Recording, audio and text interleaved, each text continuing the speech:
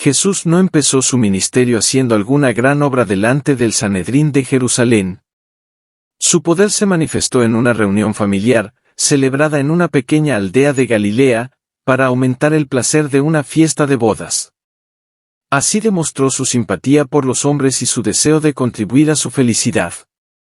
En el desierto de la tentación, él mismo había bebido la copa de la desgracia, y de allí salió para dar a los hombres la copa de la bendición, de su bendición que había de santificar las relaciones de la vida humana.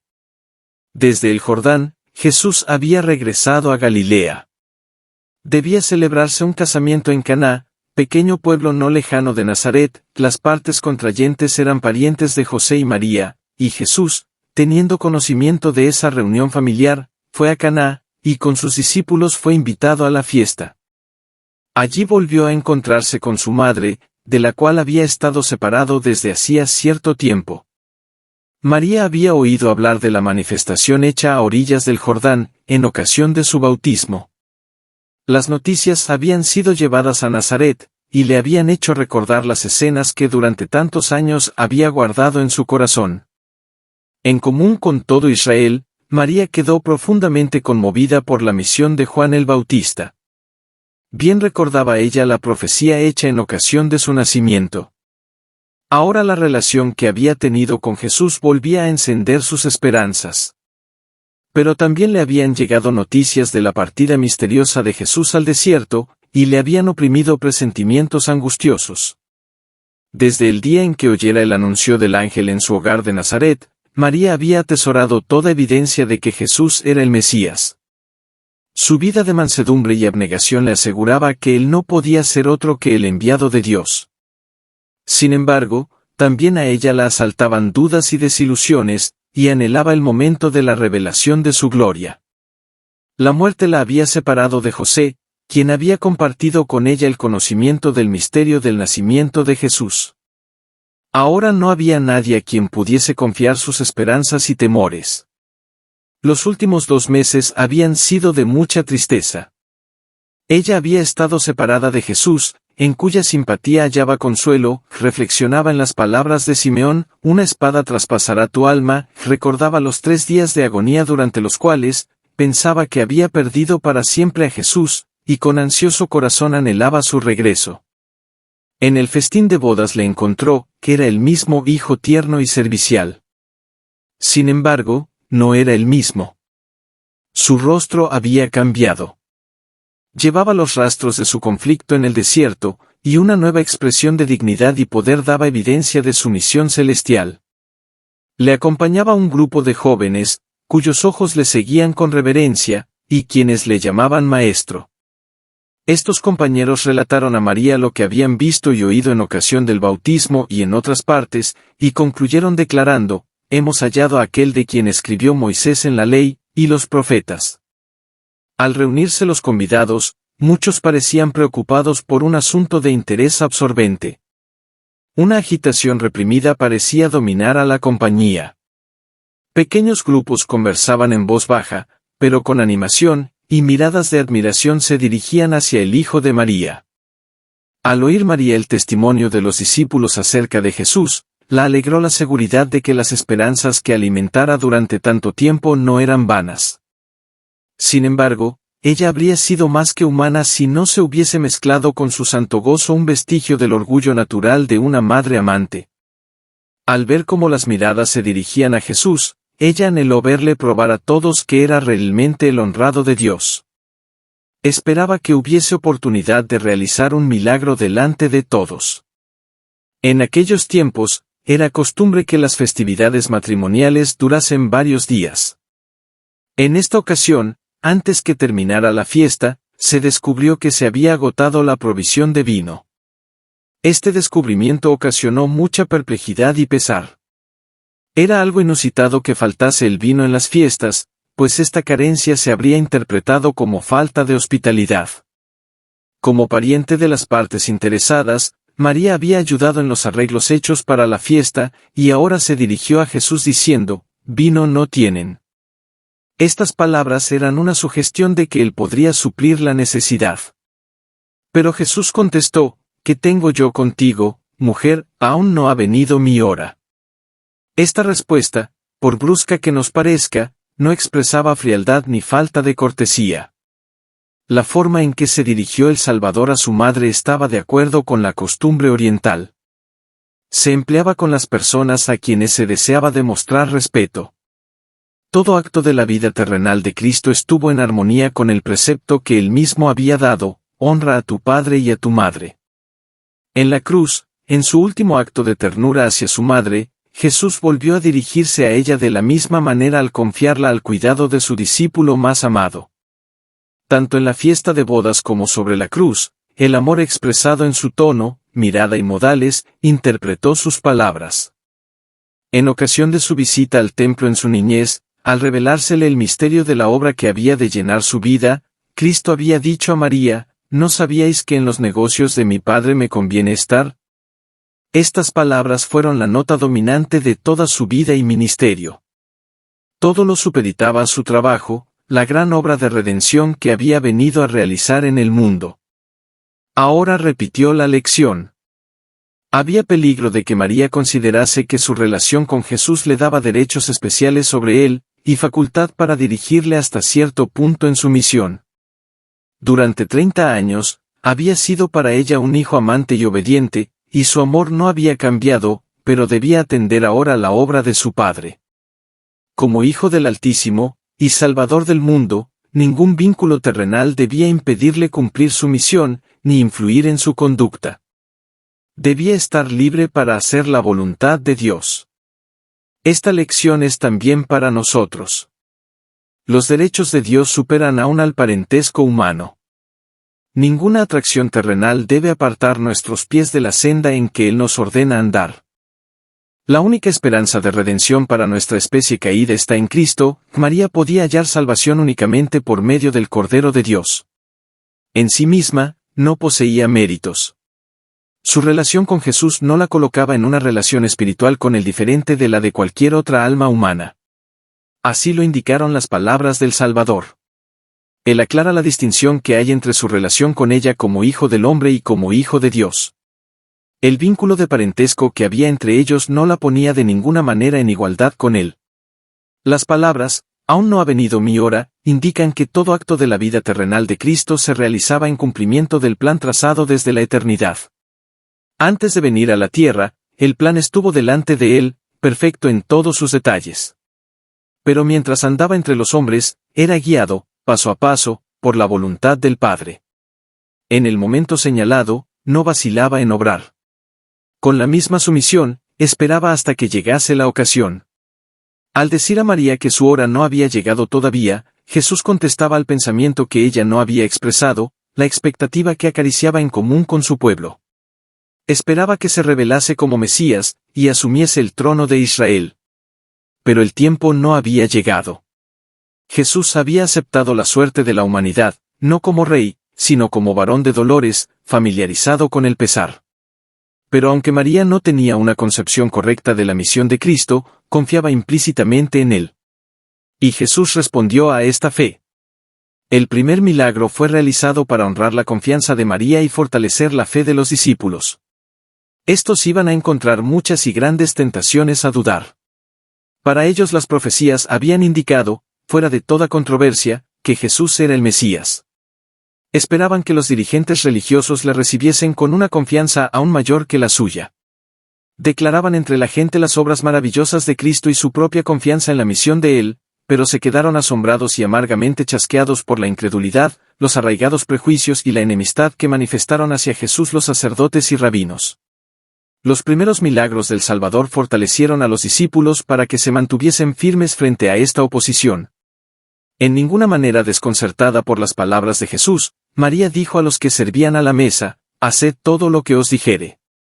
Así hizo lo que pudo para preparar el terreno para la obra de Cristo.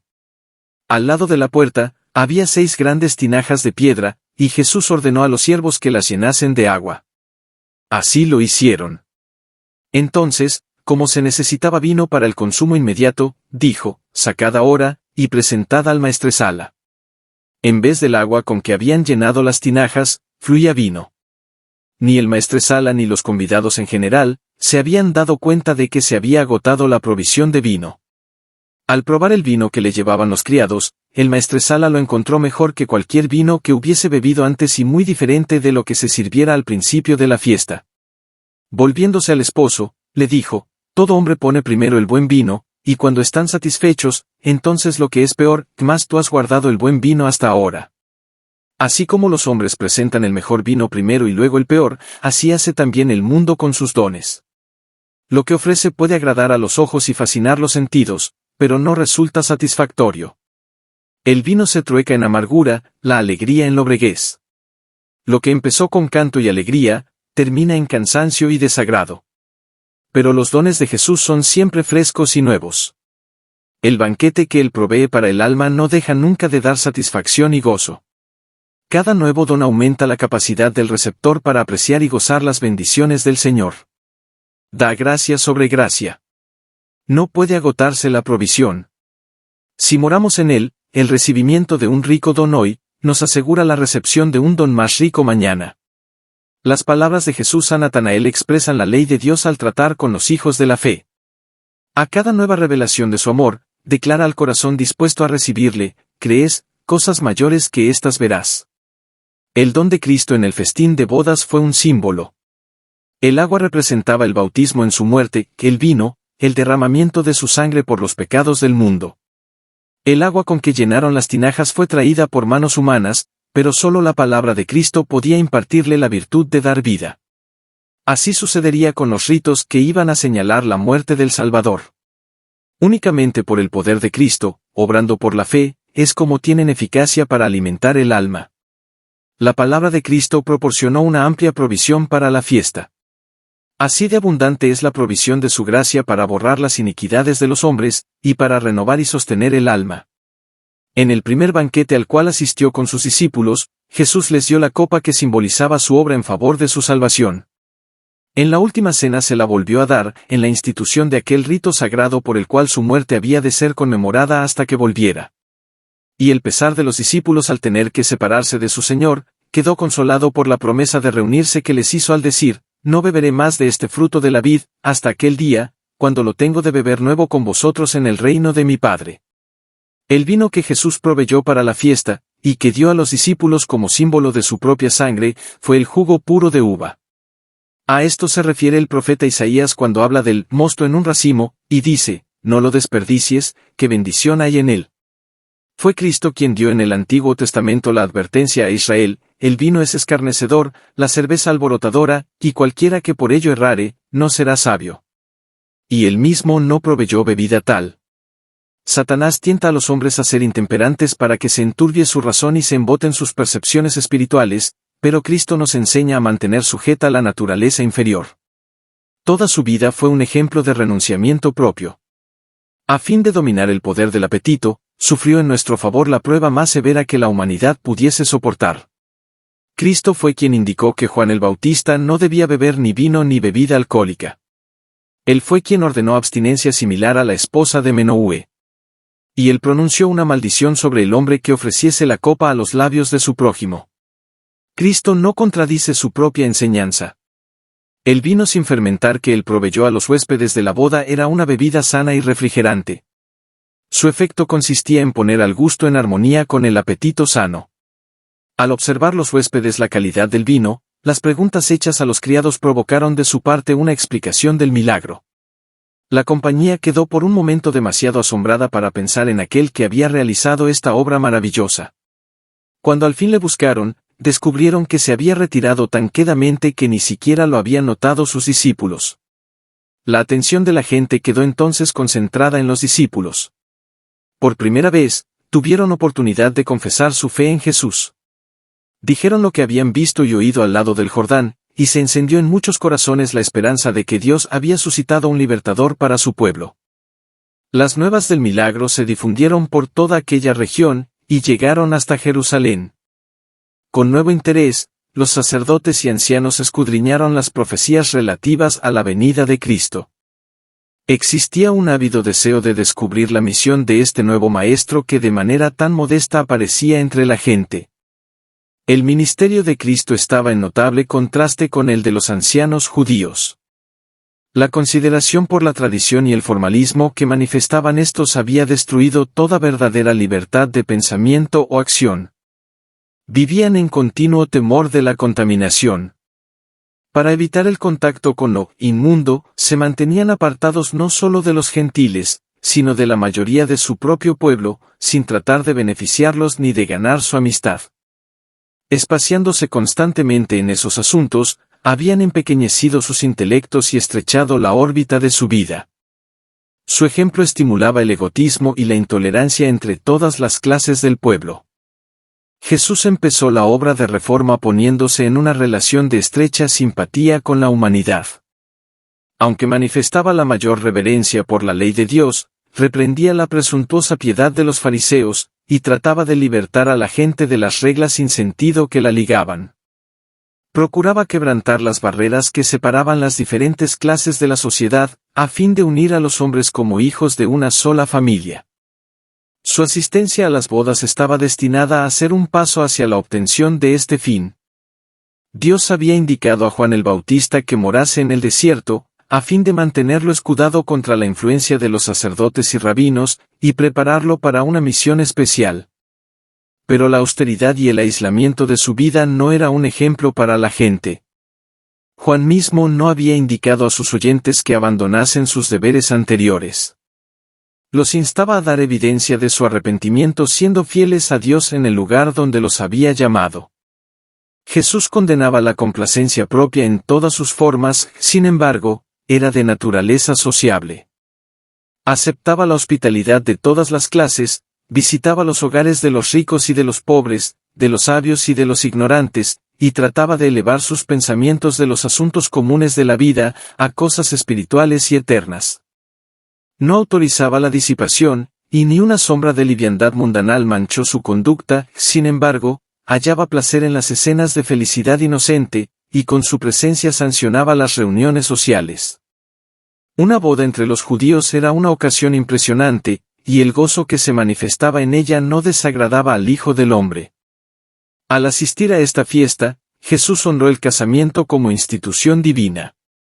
Tanto en el Antiguo como en el Nuevo Testamento, la relación matrimonial se emplea para representar la unión tierna y sagrada que existe entre Cristo y su pueblo. En el pensar de Cristo, la alegría de las festividades de boda simbolizaba el regocijo de aquel día en que Él llevará a la esposa a la casa del Padre, y los redimidos juntamente con el Redentor se sentarán a la cena de las bodas del Cordero. Él dice, de la manera que el novio se regocija sobre la novia, así tu Dios se regocijará sobre ti. Ya no serás llamada dejada, sino que serás llamada mi deleite, porque Jehová se deleita en ti. Jehová, gozaráse sobre ti con alegría, callará de amor, se regocijará sobre ti con cantar. Cuando la visión de las cosas celestiales fue concedida a Juan el apóstol, escribió, y oí como la voz de una grande compañía, y como el ruido de muchas aguas, y como la voz de grandes truenos, que decía, Aleluya, porque reinó el Señor nuestro Dios Todopoderoso. Gocémonos y alegrémonos y démosle gloria, porque son venidas las bodas del Cordero, y su esposa se ha aparejado. Bienaventurados los que son llamados a la cena del Cordero. Jesús veía en toda alma un ser que debía ser llamado a su reino. Alcanzaba el corazón de la gente yendo entre ella como quien desea su bien. La buscaba en las calles, en las casas privadas, en los barcos, en la sinagoga, a orillas del lago, en la fiesta de bodas. Se encontraba con ella en sus ocupaciones diarias y manifestaba interés en sus asuntos seculares. Llevaba sus instrucciones hasta la familia, poniéndola, en el hogar, bajo la influencia de su presencia divina. Su intensa simpatía personal le ayudaba a ganar los corazones. Con frecuencia se dirigía a las montañas para orar en la soledad, pero esto era en preparación para su trabajo entre los hombres en la vida activa. De estas ocasiones, salía para aliviar a los enfermos, instruir a los ignorantes, y romper las cadenas de los cautivos de Satanás. Fue por medio del contacto y la asociación personales como Jesús preparó a sus discípulos. A veces les enseñaba, sentado entre ellos en la ladera de la montaña, a veces a la orilla del mar, o andando con ellos en el camino, les revelaba los misterios del reino de Dios. No sermoneaba, como hacen los hombres hoy. Dondequiera que hubiese corazones abiertos para recibir el mensaje divino, revelaba las verdades del camino de salvación. No ordenaba a sus discípulos que hiciesen esto o aquello, sino que decía, «Seguid en pos de mí». En sus viajes por el campo y las ciudades, los llevaba consigo, a fin de que pudiesen ver cómo enseñaba él a la gente. Vinculaba su interés con el suyo, y ellos participaban en la obra con él. El ejemplo de Cristo, al vincularse con los intereses de la humanidad, debe ser seguido por todos los que predican su palabra y por todos los que han recibido el Evangelio de su gracia. No hemos de renunciar a la comunión social. No debemos apartarnos de los demás. A fin de alcanzar a todas las clases, debemos tratarlas donde se encuentren. Rara vez nos buscarán por su propia iniciativa. No solo desde el púlpito han de ser los corazones humanos conmovidos por la verdad divina. Hay otro campo de trabajo, más humilde tal vez, pero tan plenamente promisorio. Se halla en el hogar de los humildes y en la mansión de los encumbrados, junto a la mesa hospitalaria, y en las reuniones de inocente placer social. Como discípulos de Cristo, no nos mezclaremos con el mundo simplemente por amor al placer, o para participar de sus locuras. Un trato tal no puede sino traer perjuicios. Nunca debemos sancionar el pecado por nuestras palabras o nuestros hechos, nuestro silencio o nuestra presencia. Dondequiera que vayamos, debemos llevar a Jesús con nosotros, y revelar a otros cuán precioso es nuestro Salvador. Pero los que procuran conservar su religión ocultándola entre paredes pierden preciosas oportunidades de hacer bien. Mediante las relaciones sociales, el cristianismo se pone en contacto con el mundo. Todo aquel que ha recibido la iluminación divina debe alumbrar la senda de aquellos que no conocen la luz de la vida. Todos debemos llegar a ser testigos de Jesús. El poder social, santificado por la gracia de Cristo, debe ser aprovechado para ganar almas para el Salvador. Vea el mundo que no estamos egoístamente absortos en nuestros propios intereses, sino que deseamos que otros participen de nuestras bendiciones y privilegios. Dejémosle ver que nuestra religión no nos hace faltos de simpatía ni exigentes. Sirvan como Cristo sirvió, para beneficio de los hombres, todos aquellos que profesan haberle hallado. Nunca debemos dar al mundo la impresión falsa de que los cristianos son un pueblo lóbrego y carente de dicha. Si nuestros ojos están fijos en Jesús, veremos un Redentor compasivo y percibiremos luz de su rostro. Doquiera reine su espíritu, morará la paz. Y habrá también gozo, porque habrá una serena y santa confianza en Dios.